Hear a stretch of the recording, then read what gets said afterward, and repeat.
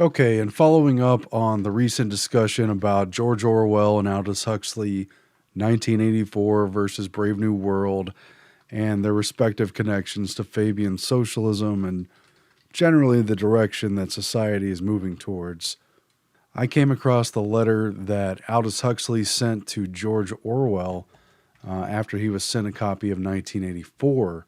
And it's been summarized by a lot of people discussing it as I'm right, the letter from Aldous Huxley to Orwell. But it's much more than just Aldous Huxley saying he's right and his book is better than Orwell's. It's really an acknowledgement about who is on the inside track and an acknowledgement about what actual system is taking power.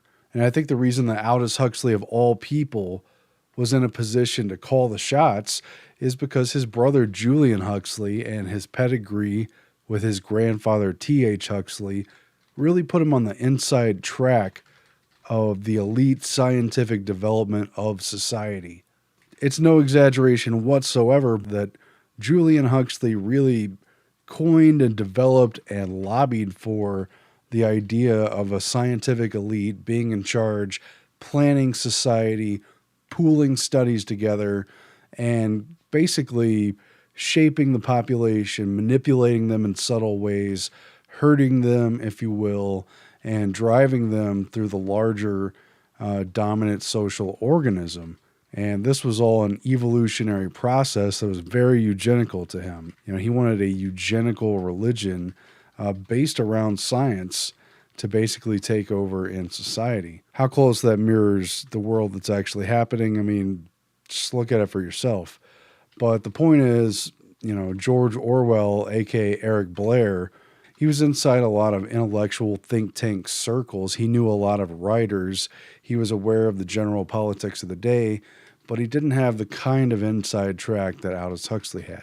And so basically, Huxley did respond to Orwell and tell him, "Good job, my former pupil. Your book's excellent, but it's also wrong and mine's coming true, and here's why." But let's look at what he actually said. And this has been thoroughly published. It's in the archive of the letters between them. And it was a letter that Huxley sent to Orwell dated October 21st, 1949, while he was living in California, which he did for many, many years, Wrightwood, California. Dear Mr. Orwell, it was very kind of you to tell your publishers to send me a copy of your book. It arrived as I was in the midst of a piece of work that required much reading and consulting of references, and since poor eyesight makes it necessary for me to ration my reading, I had to wait a long time before being able to embark on 1984. Now, Huxley was nearly blind. He had terrible eyesight, but he's also clearly putting Orwell off here. At any rate, he goes on. Agreeing with all that the critics have written of it, I need not tell you yet once more how fine and how profoundly important the book is. Good job, Orwell. May I speak instead of the thing with which the book deals, the ultimate revolution? So after just a passing sentence, Aldous Huxley changes the subject from 1984 back to his own work with Brave New World, again to, teach the pupil of what he supposedly missed here. It's not a blow I expect Orwell took well, but at any rate, Huxley wrote, "The first hints of a philosophy of the ultimate revolution, the revolution which lies beyond politics and economics, and which aims at total subversion of the individual's psychology and physiology, are to be found in the Marquis de Sade, who regarded himself as the continuator, the consummator of Robespierre and Babeuf of the French Revolution. The philosophy of the ruling minority in 1984 is a sadism which has been carried to its logical conclusion by going beyond sex and denying it. Whether in actual fact the policy of the boot on the face can go on indefinitely seems doubtful." I mean, clearly Huxley is saying he thinks Orwell is wrong here. "My own belief is that the ruling oligarchy will find less arduous and wasteful ways of governing and of satisfying its lust for power. And these ways will resemble those which I described in Brave New World." Again, saying he's right. But here's where I think it gets interesting. I've had occasion recently to look into the history of animal magnetism and hypnotism, and have been greatly struck by the way in which, for 150 years, the world has refused to take serious cognizance of the discoveries of Mesmer, Braid, Esdell, and the rest. partly because of the prevailing materialism and partly because of the prevailing respectability, 19th century philosophers and men of science were not willing to investigate the odder facts of psychology for practical men, such as politicians, soldiers, and policemen, to apply in the fields of government. Thanks to the voluntary ignorance of our fathers, the advent of the ultimate revolution was delayed for 5 or 6 generations. Another lucky accident was Freud's inability to hypnotize successfully and his consequent disparagement of hypnotism. This delayed the general application of hypnotism to psychiatry for at least 40 years. But now psychoanalysis is being combined with hypnosis, and hypnosis has been made easy and indefinitely extensible through the use of barbiturates, which induce a hypnoid and suggestible state in even the most recalcitrant subjects. Within the next generation, I believe the world's rulers will discover that infant conditioning and narco-hypnosis are more efficient as instruments of government than clubs and prisons, and that the lust for power could be just as completely satisfied by suggesting people into loving their servitude as by flogging and kicking them into obedience. In other words, I feel that the nightmare of 1984 is destined to modulate into the nightmare of a world having more resemblance to that which I imagined in Brave New World. The change will be brought about as a result of a felt need for increased efficiency. Meanwhile, of course, there may be a large-scale biological and atomic war, in which case we shall have nightmares of other and scarcely imaginable kinds. Thank you once again for the book. Yours sincerely, Aldous Huxley. And so that's not only the note on a personal relationship between two important, influential authors that almost every grade school student is exposed to and asked to write essays about. And it's not just two anchors, Huxley and Orwell, that become almost goalposts of one type of dystopic society or another that's in some ways shaping our future. I mean, the huge influence of 1984 as a dark vision of the future and of Brave New World as a society that is happy on the surface but loses its humanity and its free will. You know, these are goalposts. Things can be the iron fist or the velvet glove. It could be the ultimate revolution, one extreme or another.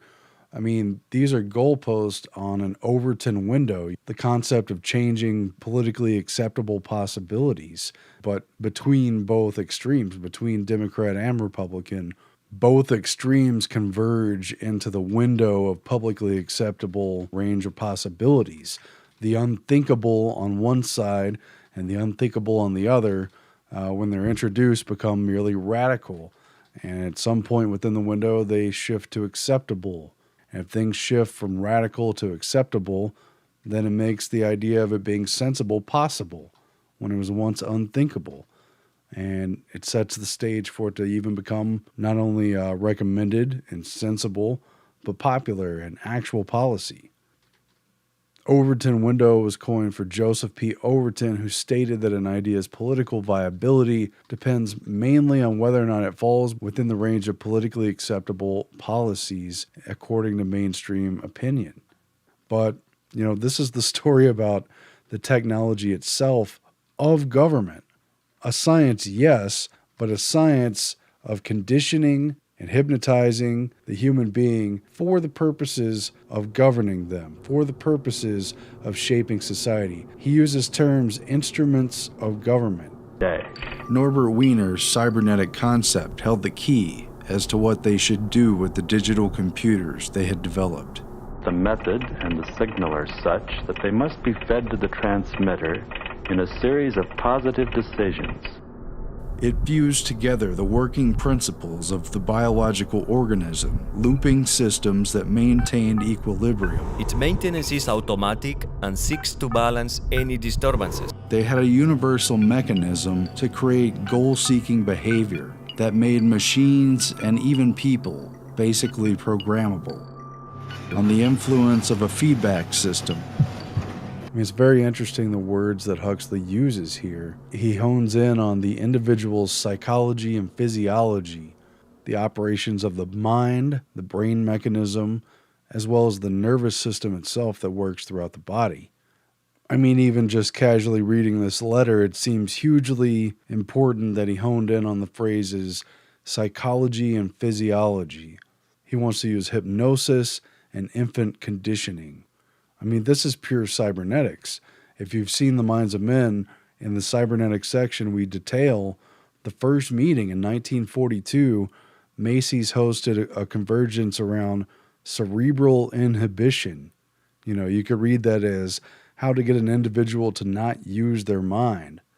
And while in hindsight, it's been connected with a sort of MK Ultra spy versus spy context, the real context here is purely Brave New World, psychology and physiology, the two key topics of the first Macy's cerebral inhibition meetings became the cornerstones of cybernetics, along with Norbert Wiener's key concept of feedback of the purpose-driven system. Wiener stated, "The existing natural reflexes are essentially part of the same mechanism that can inform all purposeful activity in automata.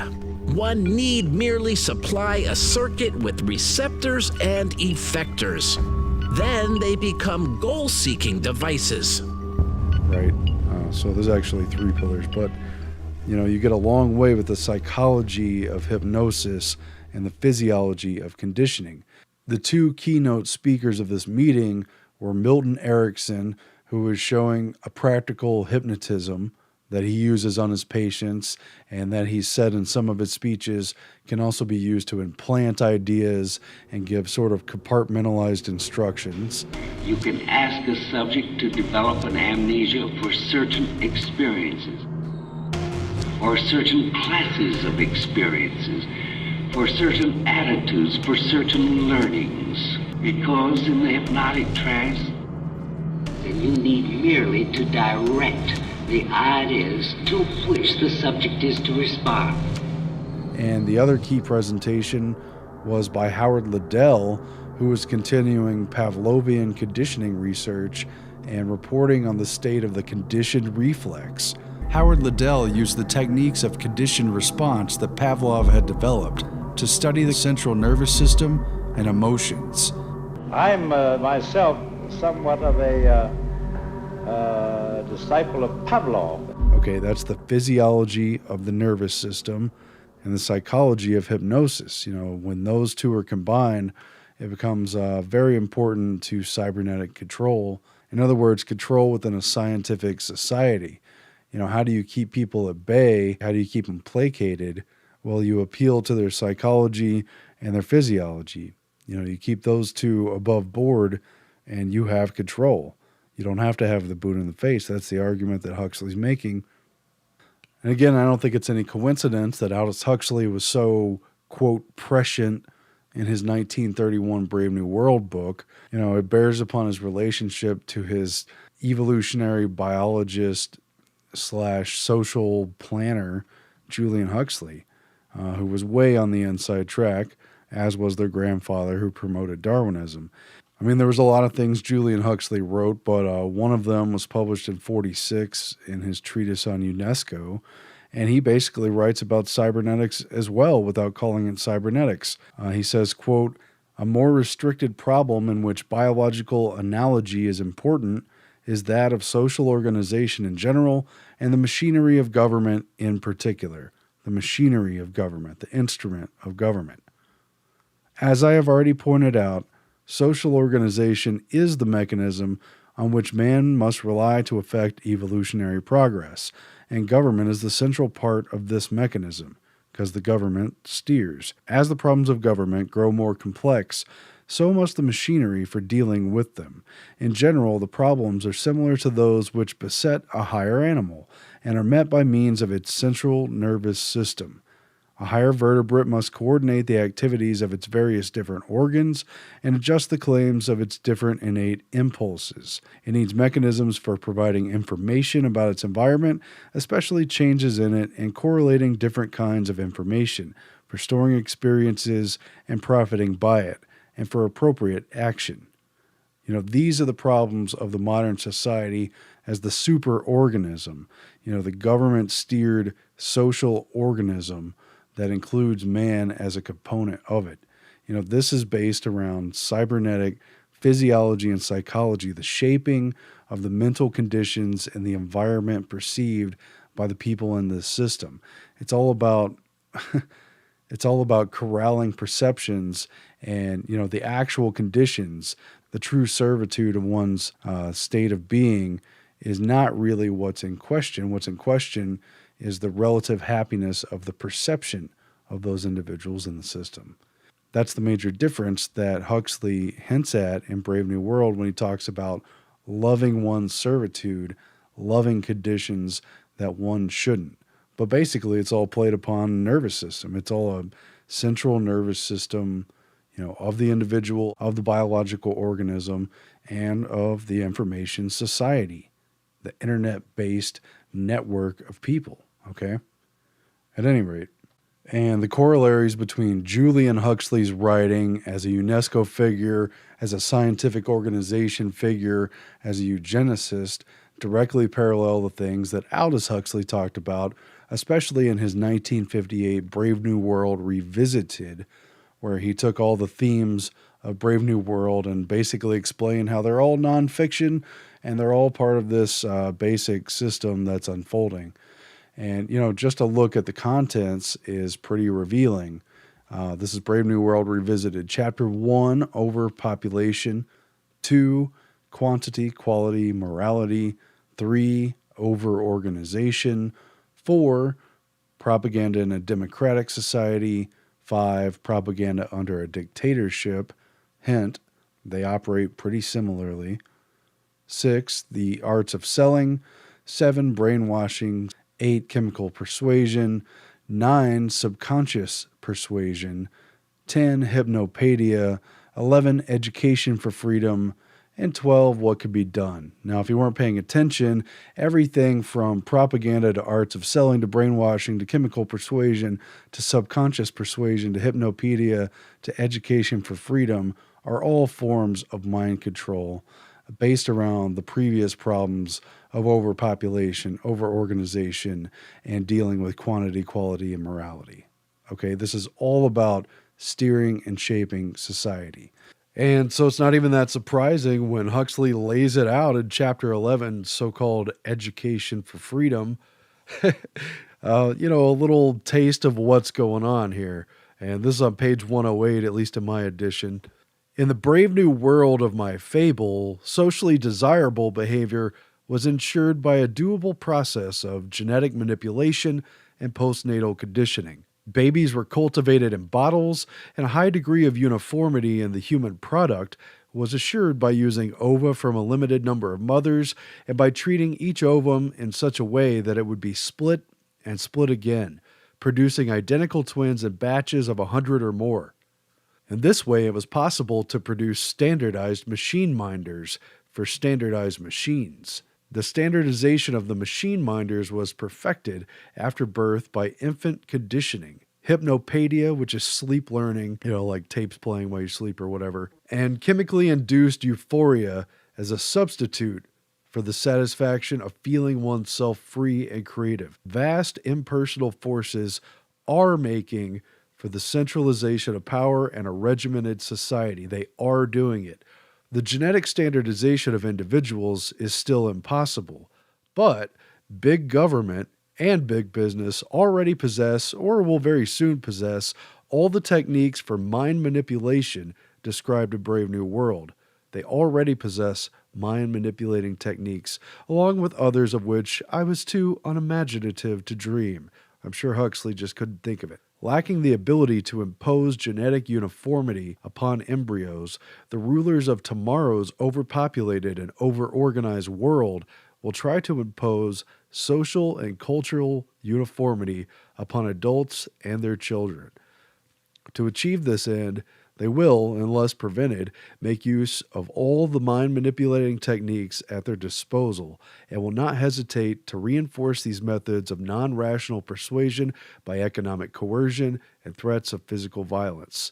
If this kind of tyranny is to be avoided, he says, tongue-in-cheek, in a disingenuous, I'm in on it kind of fashion, in order to avoid this kind of tyranny, we must begin without delay to educate ourselves and our children for freedom and self-government. In the negative utopia described in my story, man has been subordinated to his own inventions. Science, technology, social organization. These things have ceased to serve man. They have become his masters.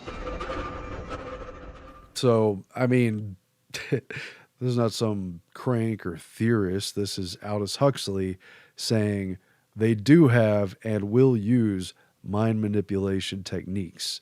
Do have, will use, and they have an eye to the future of genetic engineering and standardization. Of course, that was, again, 90 years ago almost. So...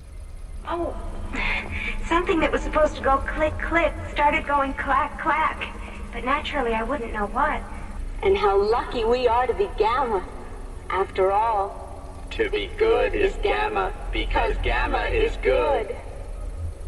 As select alphas, conditioned to believe without knowing and to know without believing, you have been chosen to view the surrogate revelations and synthetic mysteries upon which all perfect and placebo belief is founded.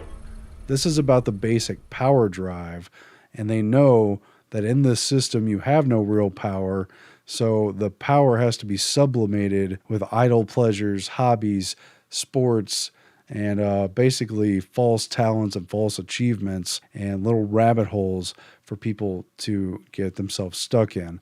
But the whole concept itself, using this feedback mechanism of self-indulgence, this larger concept is purely cybernetic.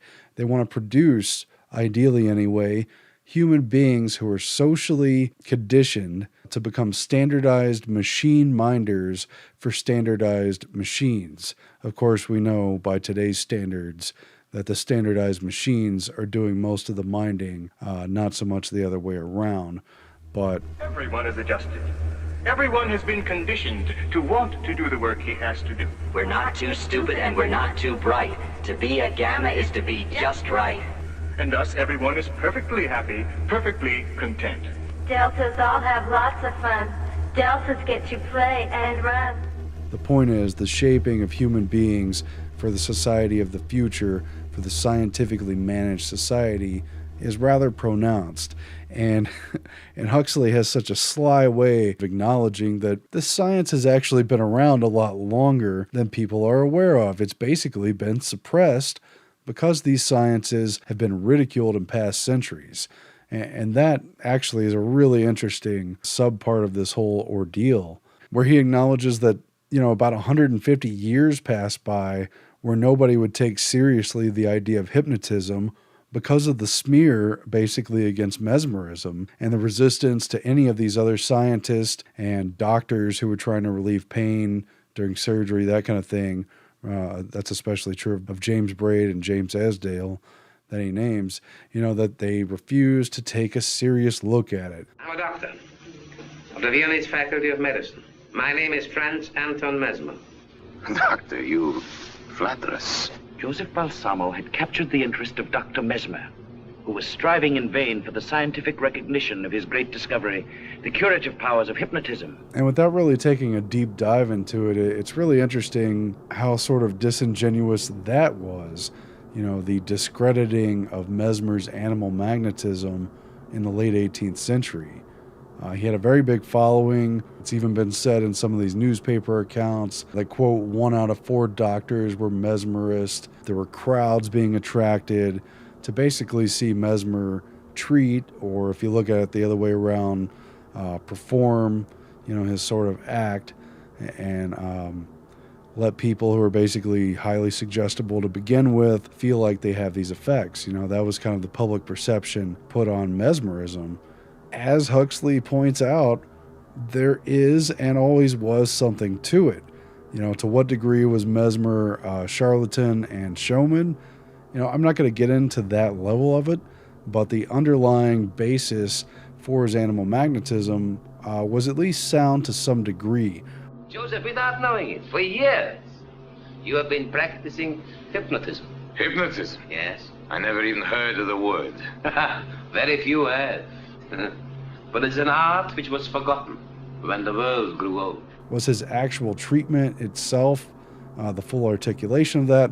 I don't know the full story, but it is interesting because Mesmer was actually an associate of Adam Weishaupt of the very real group Bavarian Illuminati. He was in France in the pre-revolutionary days, and a lot of sources have gone a long way to establish the connection between the Bavaria, Germany-based Illuminati and the events leading up to the French Revolution. There's definitely a connection there. And Mesmer was often said to be sort of a screen for attracting elite and talented men and women. By putting on public talks, they were widely attended, and then basically recommendations could be made behind the scenes for people who might be of use further within the organization. That said, it's very interesting that Mesmer did a lot of his work with the glass harmonica because it was invented by Benjamin Franklin. What we've got here is a scaled-down version. It is original, although that, for example, is 37 balls. This is 25. So I'm just going to give you a little sound of it.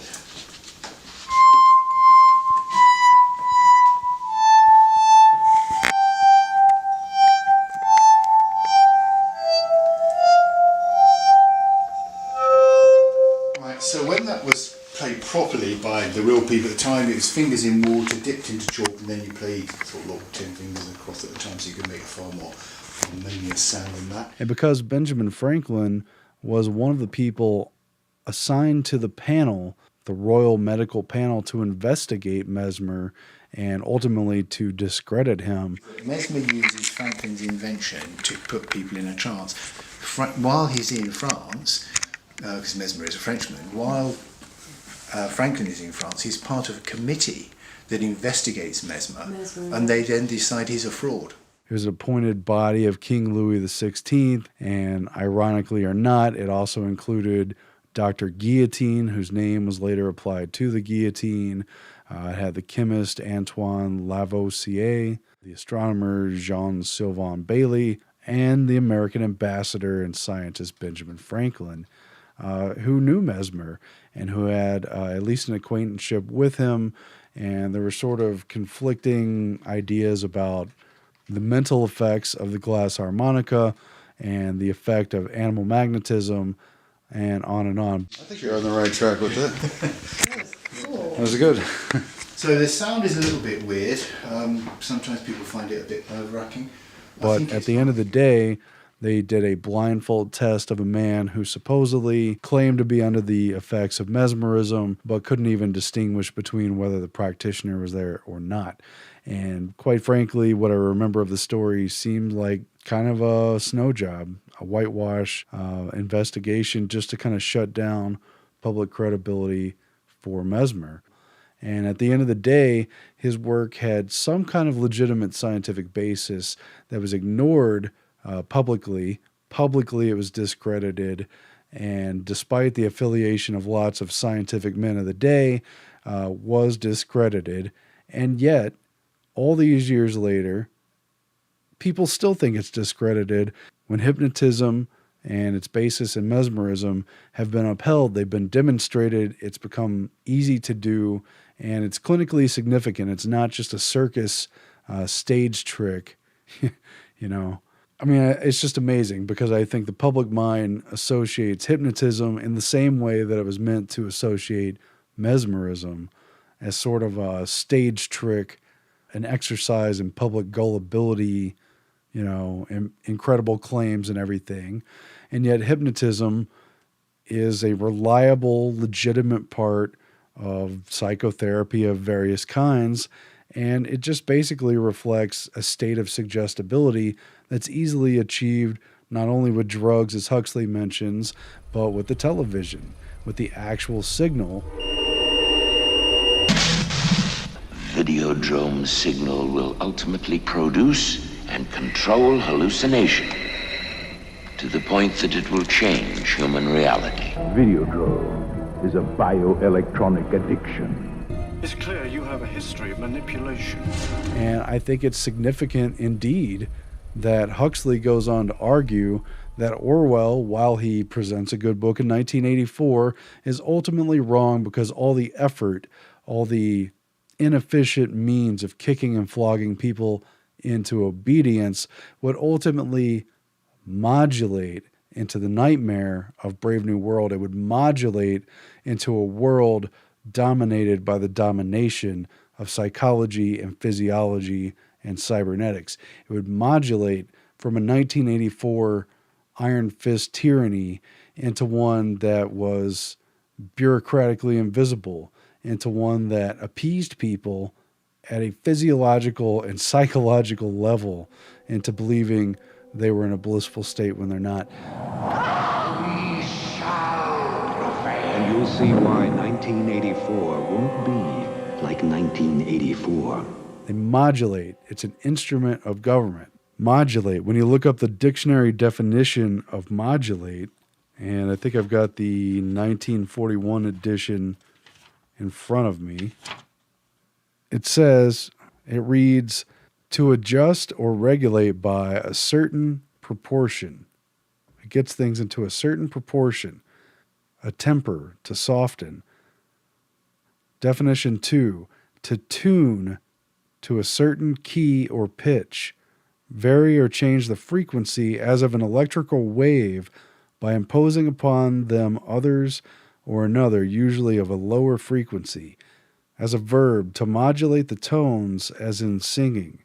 In music, to pass by regular chord or melodic progression as from one key to another. In radio, to produce modulation. The modulation of the 1984 tyranny system into the Brave New World system is literally shifting the instrument of government, the tuning of the mechanism that governs society. It's a shift of key. It's a shift of musical frequencies, very much in a Pythagorean sense that the universe is made up in chords and specific frequencies. You know, Huxley is talking about such a shift psychologically and physiologically that it's a modulation into the other world. It's a shifting of keys. You know, it's not just that Orwell missed a few notes, if you will, because of things he didn't know. It's that he didn't understand the way in which the instrument of the system could change its key altogether to be more harmonious, to be more resonant with the larger social organism that they wanted to build, and to put people in harmony with that. I think that's very interesting. I think it's very interesting indeed. Kitchen. E flat. Why do people act the way they do? There's a reason. This is you. You resonate on an ultra-low frequency. She resonates on an ultra-high frequency. I don't want her to be an experiment. Sound influences the way that people connect with each other. He is literally out of sync with the natural world. There's something deeper at work. You are a slave born into a prison for your mind. I mean, they're not conscious of it, but it's there. This was all about conditioning and hypnotizing people. It's about getting people used to a state in a nervous, physiological sense, and about making them suggestible to accept that state and combining those many times over. Within the next generation, I believe the world's rulers will discover that infant conditioning and narco-hypnosis are more efficient as instruments of government than clubs and prisons, and that the lust for power can be just as completely satisfied by suggesting people into loving their servitude as by flogging and kicking them into obedience. In other words, George Orwell, I'm right, you're wrong. That's Aldous Huxley in 1949. And as it happens, George Orwell did not live very much longer. He died the next year in 1950, only 2 or 3 months after receiving this letter in October 1949 from Huxley, who had once been his tutor in French at the Eton boarding school and who was very much his sort of mentor and supposed superior in the intellectual circles of Britain. And for all the merits of Orwell's book, this letter was a very in-your-face admission that no, Huxley's on the inside track and they have something else planned for us. This is very much about an elite, secretive scientific body calling the shots, and Julian Huxley himself talked about this. This paper, Julian Huxley and the Continuity of Eugenics in the 20th Century Britain, besides being really interesting anyway, from 2015, makes the point several times over that, quote, Julian Huxley was interested in establishing an international network of elite intellectuals. Huxley organized a study group to, quote, study the problem of a possible new ideology appropriate to the present situation of society at large. Huxley wanted this to be an interdisciplinary and yet also a secret and anonymous group, linking high-powered thinkers with practical activities. You know, these are the advisory boards that make minute decisions about policy topics ranging from A to Z, you know, that are too dull for the public to even know about, and which the public doesn't have the purview or the jurisdiction to even influence. You know, this is about an elite body here. And it says this was Huxley in elitist mode. In my opinion, just about the only mode he knows. You know, that's Julian Huxley, and I just don't think that Aldous Huxley fell all that far from the family tree there. The things they wrote about very much overlapped, and again, Julian Huxley's agenda lines up pretty directly with Brave New World Revisited and with the original Brave New World. So, anyway, pretty interesting, I think. Very good. But do you wish you had been incubated as alphas? No, no. Excellent. That's all.